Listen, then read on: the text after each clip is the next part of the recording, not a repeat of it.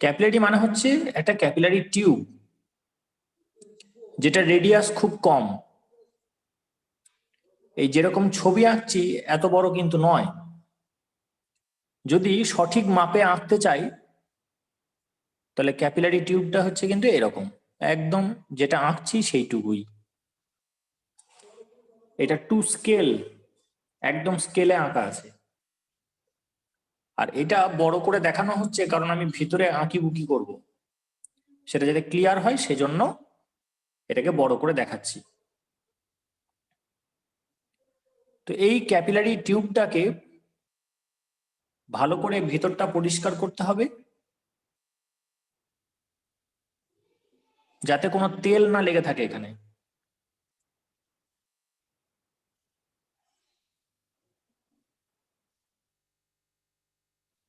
একটা বিকারে জল আছে, সেই জল সেই জল আছে সেই বিকারের মধ্যে এটাকে ডোবানো হলো। দেখা যাবে যে জলটা এর মধ্যে উঠে পড়ছে।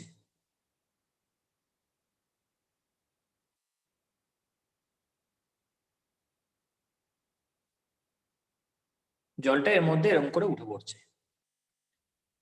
আবার বলছি যে পাইপটা এত বড় নয়, দেখে এটা সাবমার্সিবলের পাইপ মনে হচ্ছে, কিন্তু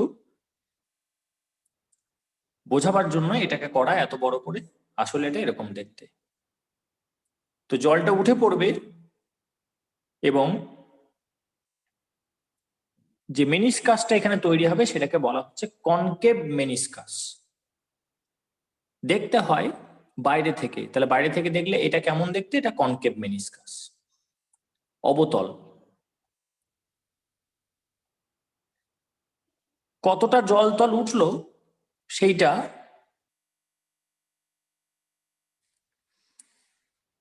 এত বড় আঁকলাম তাতেও মনে হচ্ছে ছোট, আরো বড় করি।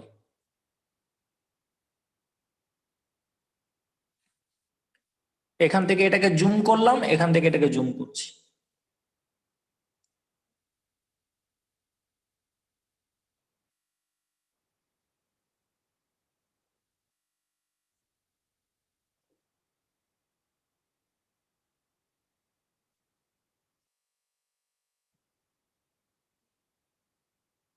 এইটা হচ্ছে bottom of the meniscus.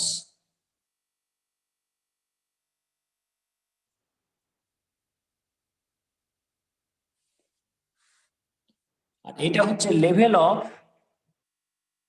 The water in the vessel in which the capillary is being dipped. যেখানে ক্যাপিলারি টিউবটা ডোবানো আছে তার ওয়াটার লেভেল হচ্ছে এইটা, আর জলটা উঠে পড়েছে ক্যাপিলারি টিউবে এবং সেখানে এরকম একটাও কনকেভ মেনিসকাস তৈরি করেছে। এই হাইটটা ধরলাম এইচ,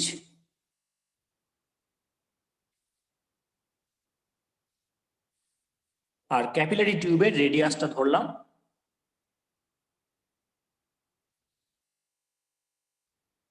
আর। প্রথমে আমরা জানার চেষ্টা করব যে জলটা এরকম উঠে গেল কেন। উঠে যাওয়ার কারণ হচ্ছে যে যখন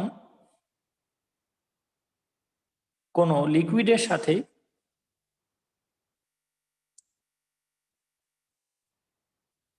সলিড এবং এয়ার, এই তিনটে জিনিসের যখন কন্ট্যাক্ট হয় তখন সেখানে একটা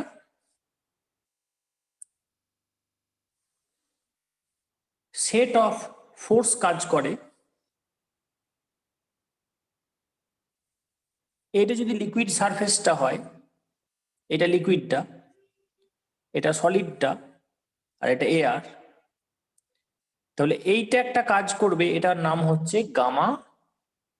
এই ফোর্সটার নাম বলা হচ্ছে gamma between air and liquid, দেখতে পাচ্ছি, তাহলে এটা গামা এ এল। একটা এইদিকে কাজ করবে, সেটা হচ্ছে গামা এল এস, আর একটা এই দিকে কাজ করবে, সেটা হচ্ছে গামা এ এস।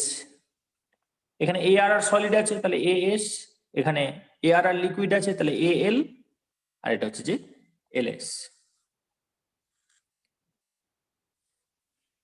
ইকুইলিব্রিয়ামে আসার পর আমরা একটা ইকুইলিব্রিয়ামে আসা মানে এর শেপটা আর চেঞ্জ হচ্ছে না উইথ টাইম।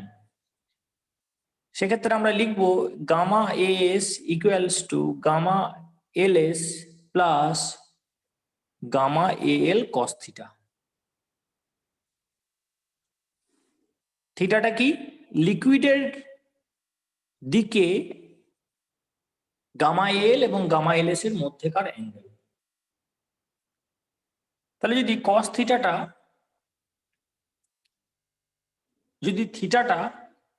লেস দেন 90 হয় তাহলে কস থিটা পজিটিভ হবে। কস থিটা পজিটিভ হলে এই টার্মটা পজিটিভ হবে, তাহলে এখানে কিছু জিনিস অ্যাড হবে, তবে এটার সাথে সমান হবে। অর্থাৎ এটা তখন এইদিকে কন্ট্রিবিউট করছে। আবার উল্টো দিকে যদি এটা থিটাটা গ্রেটার দ্যান 90 হয় তখন কস থিটা নেগেটিভ হবে।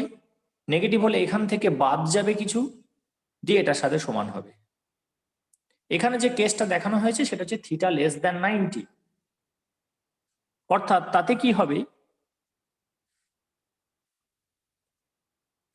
থিটা লেস দ্যান 90 তে gamma S will be greater than gamma LS.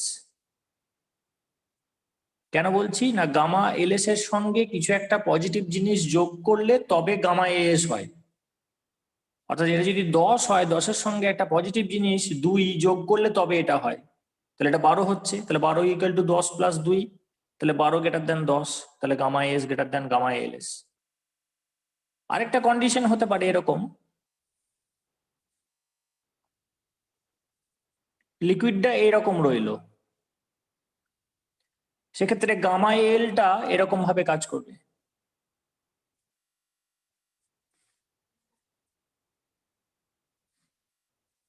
R gamma LS এদিকে এবং গামা এস এদিকে।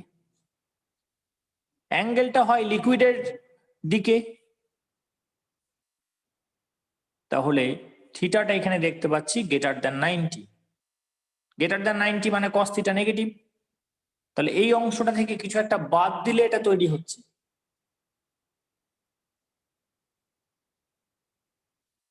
এখান থেকে কিছু বাদ দিলে এটা তৈরি হচ্ছে, তাহলে নিশ্চয়ই এ বড়, তাহলে gamma S less than gamma LS.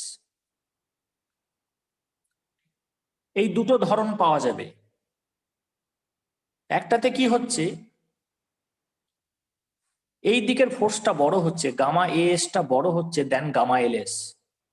অর্থাৎ এই লিকুইডটা যে কোহেসিভ ফোর্স তার থেকে অ্যাডহেসিভ ফোর্স বেশি।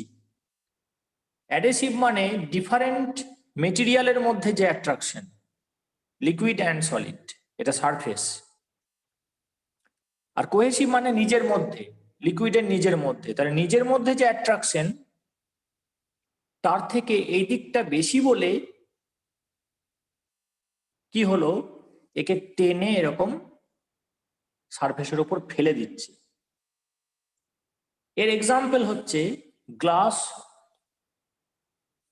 অ্যান্ড ওয়াটার, অর্থাৎ ওয়াটার অন গ্লাস।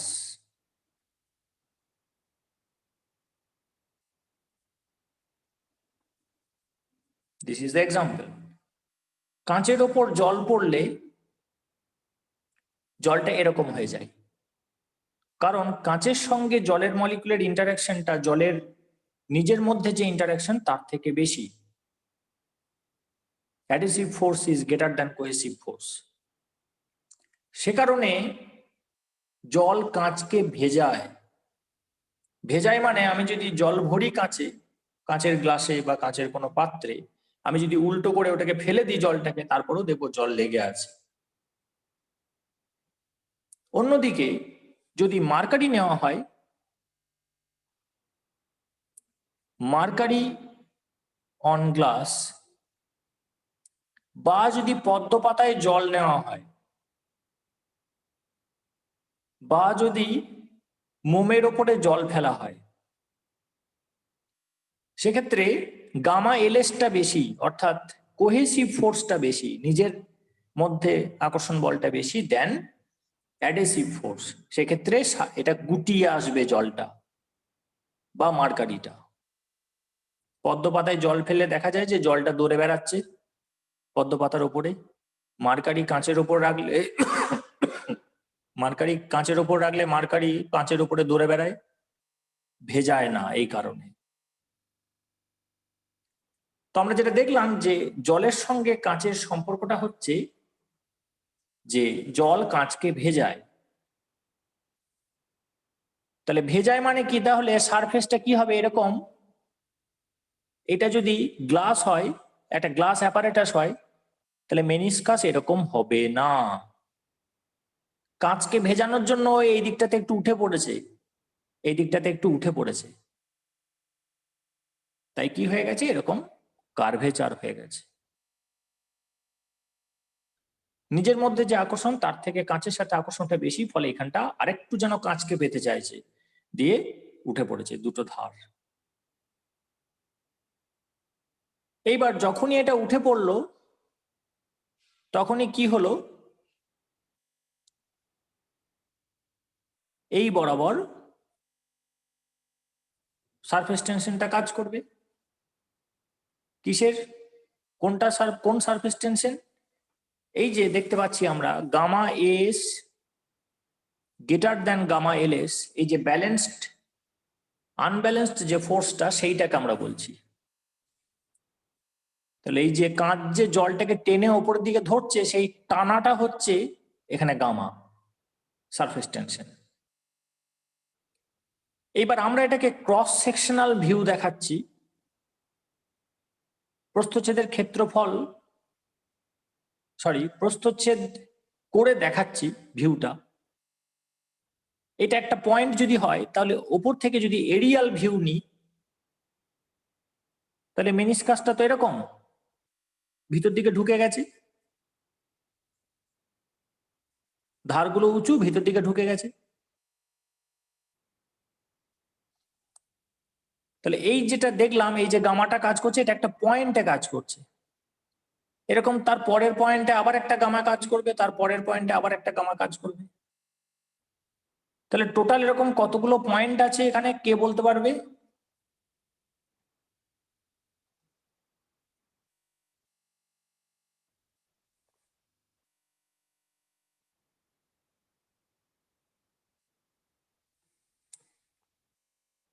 টু পাই আর খানা পয়েন্ট আছে, অর্থাৎ সার্কামফারেন্সটা যতটা ততগুলো পয়েন্ট আছে। বোঝা গেল?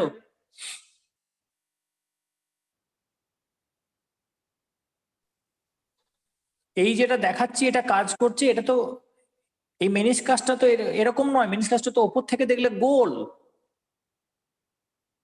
এটা তো আমি কেটেছি পাইপটাকে দিয়ে দেখাচ্ছি।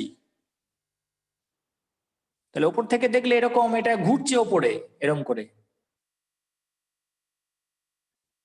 তাহলে এই পয়েন্টে কাজ করছে, এই পয়েন্টে কাজ করছে, এই পয়েন্টে, এই পয়েন্টে, সব পয়েন্টে টু পাই আর জুড়েই কাজ করছে। আর আমার এই দিকটা ইন্টারেস্ট নেই, আমার এই দিকের ফোর্সটা ইন্টারেস্ট।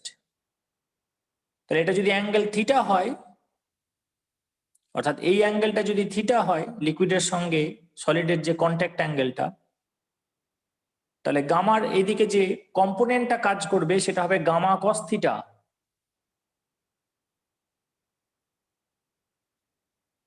তাহলে একদম এই যে মেনিসকাসটা তৈরি হয়েছে, এর যে পারপেন্ডিকুলার যে ফোর্সটা কাজ করছে একটা পয়েন্টে গামা কস থিটা, তাহলে total force that is acting upwards owing to surface tension is 2 pi R gamma cos theta.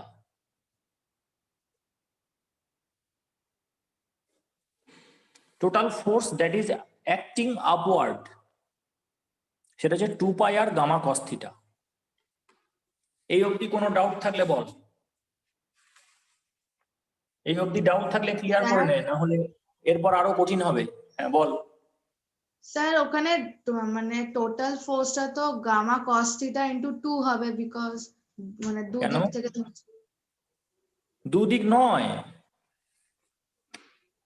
এই এই এই ক্যাপিলারিটার উপর থেকে তাকা, তাহলে তাহলে সারফেসটা কেমন? সারফেসটা গোল, আর মাঝে ডিপ্রেশন আছে, কারণ কাঁচকে ভেজায় বলেও উঠে পড়েছে। তাহলে কতগুলো পয়েন্ট আছে? যতটা ওর সার্কামফারেন্স ততগুলো পয়েন্ট আছে। এইখানটাতে কাজ করছে গামা কস থিটা, তার পরের পয়েন্টে কাজ করছে গামা কস থিটা, তার পরের পয়েন্টে কাজ করছে গামা কস থিটা। আমি এটা কেটে দেখিয়েছি, এরকম করে কেটে এটাকে দেখিয়েছি সাইড থেকে।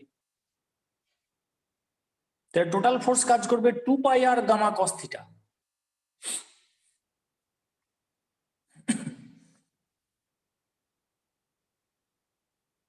বোঝা গেল না? না স্যার, আমি বলতে চাইছি যে আপনি ওই ক্যাপিলারি টিউবটার একদিকে দেখিয়েছেন গামা কস থিটা, এবার বাঁ দিকেও তো অমনি আর একটা গামা কস থিটা আসবে। হ্যাঁ, বাঁ দিকে আমি যখন এই পয়েন্টটাকে সব টোটাল ঘুরিয়ে দেবো তখন বাঁ দিকটা কি ধরা পড়বে না? শুধু এই দিকটা দেখছিস কেন? এইটা আছে, তারপরে এই পয়েন্টটা থেকে বেরিয়েছে, এই পয়েন্টটা থেকে এরকম করে বেরিয়েছে, এই করতে করতে এই পয়েন্টটা থেকেও এরকম করে বেরিয়েছে, তারপর এইটা থেকে এরকম করে বেরিয়েছে, এটা থেকে এরকম করে বেরিয়েছে, এটা থেকে এরকম করে বেরিয়েছে। টোটালটা তো ঘুরিয়ে দিলাম 2 পাই আর দিয়ে গুণ করে। আচ্ছা, হ্যাঁ স্যার, বুঝতে পেরেছি এবার। বুঝতে পারছিস? হ্যাঁ স্যার, বুঝতে পেরেছি, মানে ওপর থেকে লাগছে যে সার্কেল একটা। হ্যাঁ, ওপর থেকে সার্কেল, একটা পয়েন্টে গামা কস থিটা, তাহলে টোটালটা 2 পাই আর গামা কস থিটা। হ্যাঁ স্যার, বুঝেছি। আর কারো অসুবিধা হচ্ছে?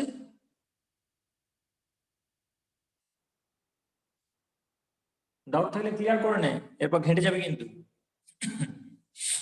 এটা কঠিন আছে। এটা 11-12 সিলেবাসে নেই।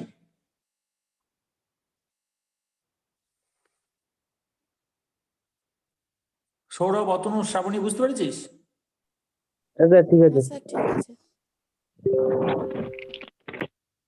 বেশ, তাহলে ওপর দিকে যে ফোর্সটা কাজ করছে সেটা পেয়ে গেলাম।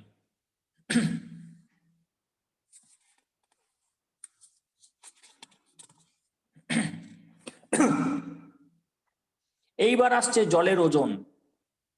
কেন জলের ওজনের প্রশ্ন আসছে? না, সমান লেভেল থাকলে কোনো সমস্যা হতো না, জলটা উঠে পড়েছে, তাহলে এই এক্সট্রা যে জলটা আছে তার ওয়েট, এই এক্সট্রা জলটার weight, that will act in the downward direction. এই জলের ওজনটা এবার বের করব, কতটা জল আছে। খুব সাবধানে।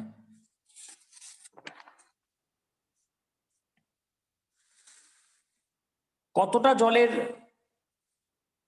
ওজন সেটা বের করতে গেলে আমি এই ছোটবেলাকার ফর্মুলাটার হেল্প নেবো, W=m × g, mass into acceleration due to gravity.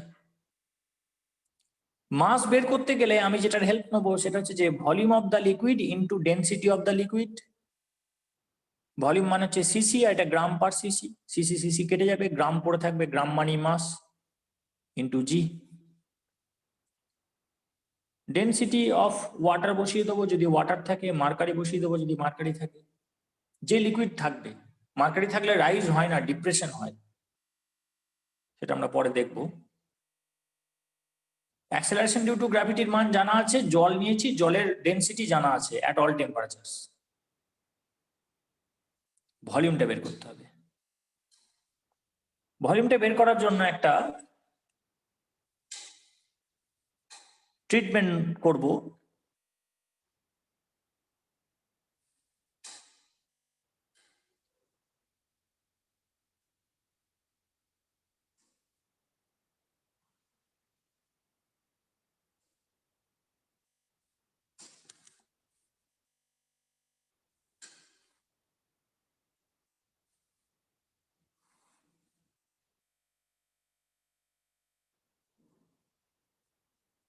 এই হাইটটা যদি এইচ হয় আর এটা একটা ইউনিফর্ম রেডিয়াসের ক্যাপিলারি টিউব, তাহলে ক্রস সেকশনাল এরিয়া হচ্ছে πr²। এই এরিয়াটা হচ্ছে πr²। এটা সার্কেলের এরিয়া আমরা জানি, তাকে এইচ দিয়ে গুণ করে দিলে স্যার তাকে পাই আর স্কয়ার এই যেটা সিলিন্ডারে দিয়ে সেটা হবে তো? হ্যাঁ, πr² এইচটা সিলিন্ডারের ভলিউমটা হয়ে গেল, এই ভলিউমটা হয়ে গেল।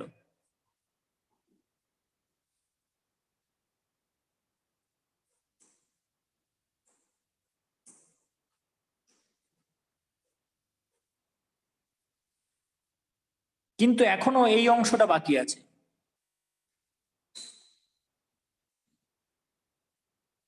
এই অংশটা বাকি আছে, সেটা কি করে বের করব?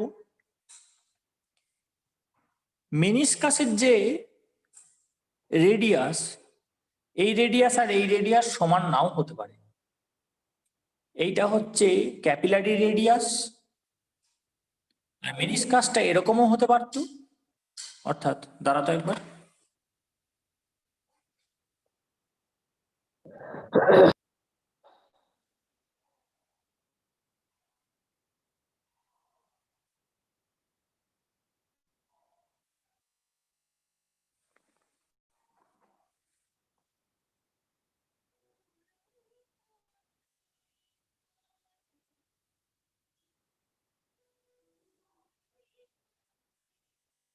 হ্যাঁ বলছি ন্যানো করে আওয়াজটা করতে বারণ করো, ডিস্টার্ব হচ্ছে খুব। হ্যাঁ হ্যাঁ হ্যাঁ হ্যাঁ হ্যাঁ।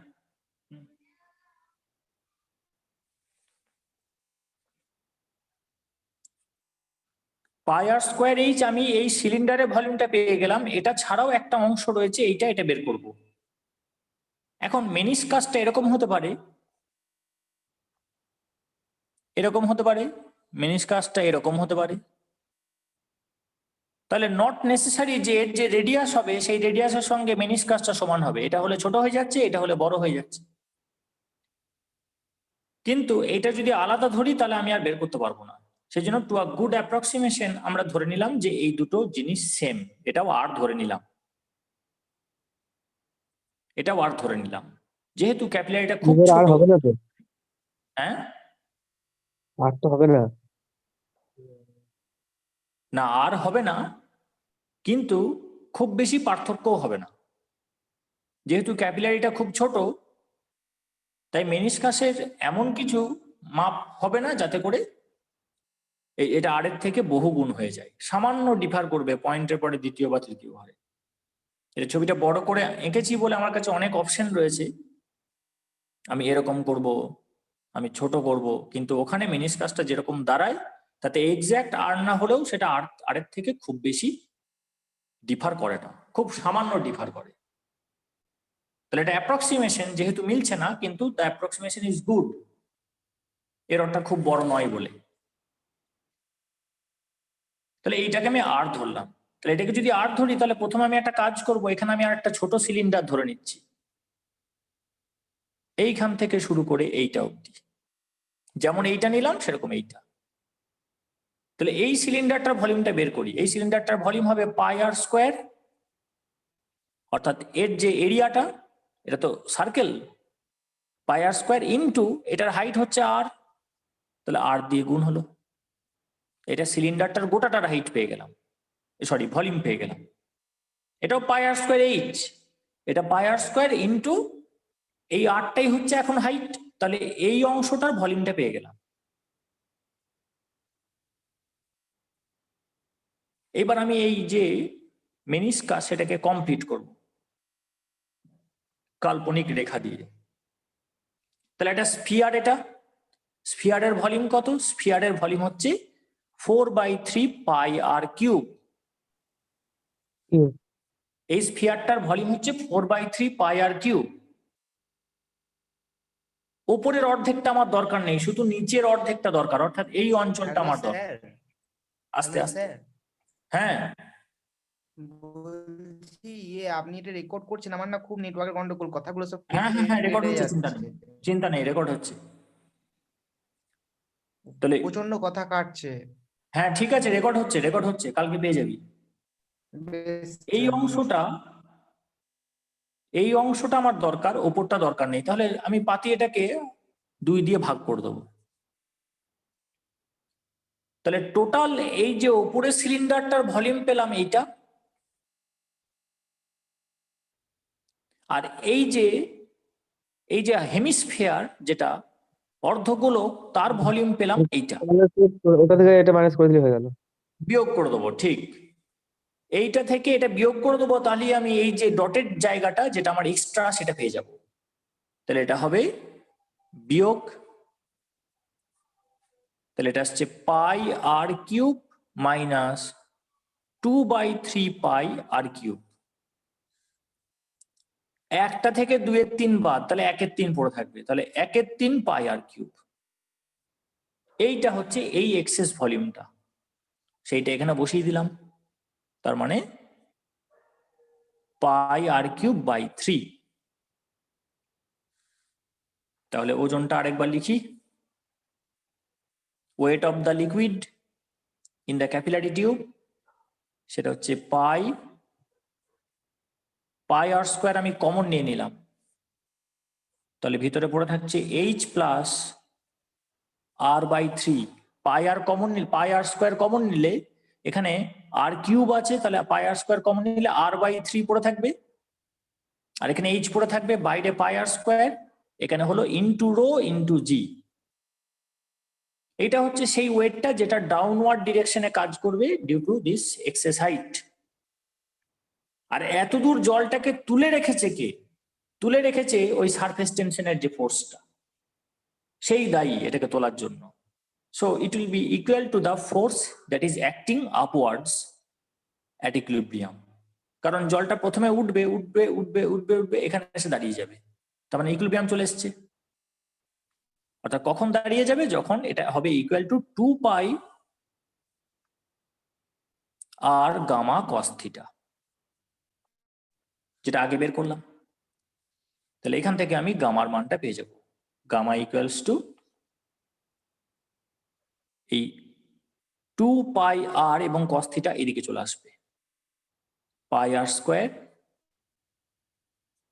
H plus R by 3 2 pi R cos theta. Pi R কেটে যাবে, তাহলে পড়ে থাকবে, সরি এখানে একটা রো জি হবে, পাই আর কেটে যাবে, তাহলে আর পড়ে থাকবে, তাহলে এটা আসছে এক্সপ্রেশনটা H plus R by 3 into R rho G by 2 cos theta. তাহলে আর এর এক্সপ্রেশনটা কি পেলাম? এখানে বড় করে লিখে দিই, সরি আর না, গামা সারফেস টেনশনের এক্সপ্রেশন পেলাম H plus R by 3 into R rho G by 2 pi R কেটে গেছে, এই পাই আর এই পাই আর স্কোয়ার কেটে তবেই আরটা পড়ে আছে, বাই 2 কস থিটা। এইখান থেকে এইভাবে সারফেস টেনশন মেজার করা যায়। অর্থাৎ আমরা ক্যাপিলারি রাইজ কেন হচ্ছে সেটা দেখলাম, এবং এই ক্যাপিলারি রাইজটা মেজারমেন্টের মাধ্যমে এখান থেকে আমরা গামাটাও বের করতে পারি। গামাটা বের করতে গেলে যেটা লাগবে সেটা হচ্ছে এই হাইটটাকে নির্ণয় করা, কতটা জল উঠেছে। এর জন্য দরকার ট্রাভেলিং মাইক্রোস্কোপ। ট্রাভেলিং মাইক্রোস্কোপ যন্ত্রের সাহায্যে কতটা জল উঠেছে সেটা মাপা যায়। অর্থাৎ মাইক্রোস্কোপটাকে একটা স্ট্যান্ড আছে, সেই স্ট্যান্ডে ক্যালিব্রেশন আছে, সেখানে ওঠানামা করতে পারে, যেখানে এসে সমান হবে সেই জায়গাটা দেখে মেপে নিতে হবে, এরকম একটা টেকনিক আছে। তাহলে with the help of travelling microscope we will determine H.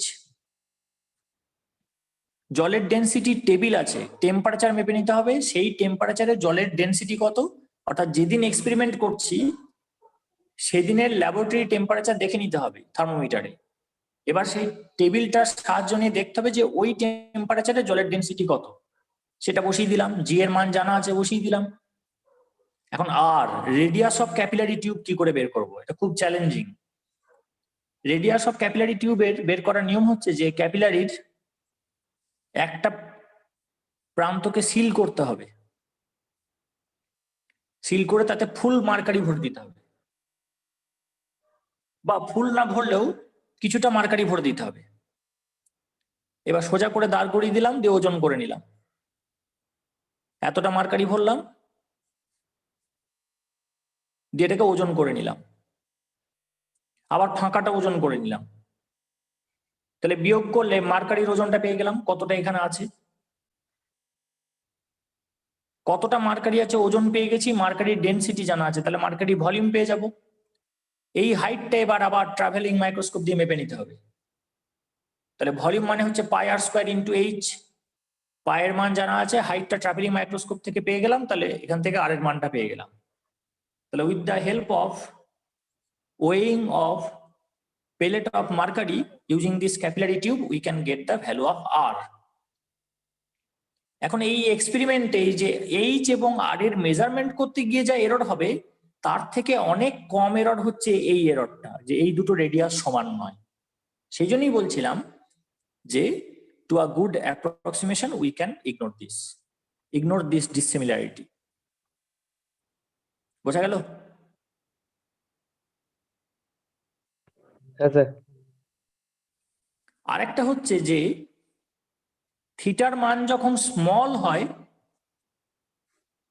তখন কস থিটা হয় অলমোস্ট ইকুয়াল টু 1 আর সাইন থিটা হয় অলমোস্ট ইকুয়ালস টু 0।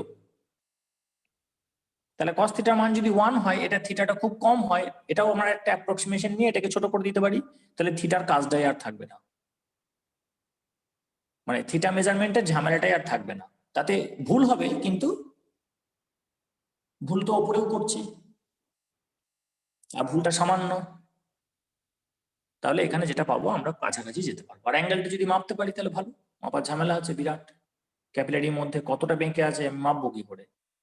সেই জন্য সেখানেও একটা অ্যাপ্রক্সিমেশন করতে হয় যে অ্যাঙ্গেলটা যেহেতু খুব বেশি নয়, তাই আমরা থিটা স্মল ধরবো। থিটা স্মল মানে cos theta almost equal to 1, সেক্ষেত্রে এটা 2 হয়ে যাবে।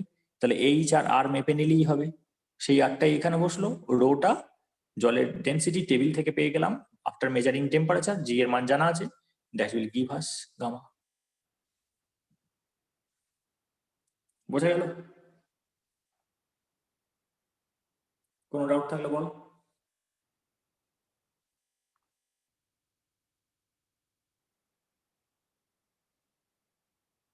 ঠিক আছে,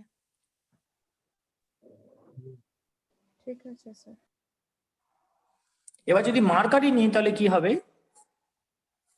মার্কারিকে যদি একটা মার্কারির পাত্রে এরকম ক্যাপিলারি টিউব ভরে দিই, সেক্ষেত্রে মার্কারির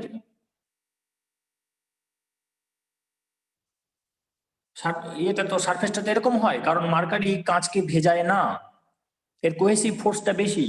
তাহলে ও কাঁচ থেকে দূরে আসতে চাইবে, তার ফলে এখানে উঁচু হয়ে যাওয়ার পরিবর্তে জল হলে এরকম হয়ে যেত, ও খাল হয়ে যাবে, মানে কাঁচ থেকে দূরে থাকতে চেষ্টা করছে। তাহলে এখানে সারফেস টেনশনের যে ফোর্সটা সেটা এইদিকে কাজ করবে আর এইদিকে কাজ করবে, ফলে নেট এইদিকে কাজ করবে। নেট এইদিকে কাজ করলে কি হবে? এটাকে টেনে নামিয়ে দেবে। নামিয়ে দিলে এখানে ক্যাপিলারি রাইজের পরিবর্তে হবে ক্যাপিলারি ডিপ্রেশন, অর্থাৎ এটা মার্কারির পাত্রটা, এখানে ছবিটা হবে এরকম, এখানে সে দাঁড়িয়ে গেল।